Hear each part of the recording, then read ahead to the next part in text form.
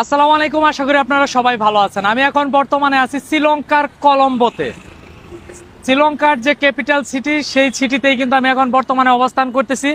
তবে এখানে আসার পর আসলে আমার কাছে মনে হচ্ছে যে আমি মানে দ্বিতীয় বাংলাদেশে আছি। এখানে সিএনজি টিএনজি সবকিছু আছে, সেম টু সেম বাংলাদেশের মতো, শুধু ল্যাঙ্গুয়েজটা ভিন্ন রকম।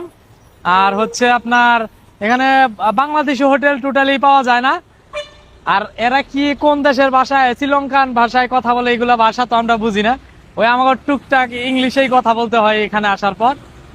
তবে শ্রীলঙ্কা আসার পর বুঝতে পারলাম এই দেশের যে আপনার যে ট্রাফিক ব্যবস্থাটা আমার কাছে এতটা মানে খুব একটা ভালো মনে হইলো না।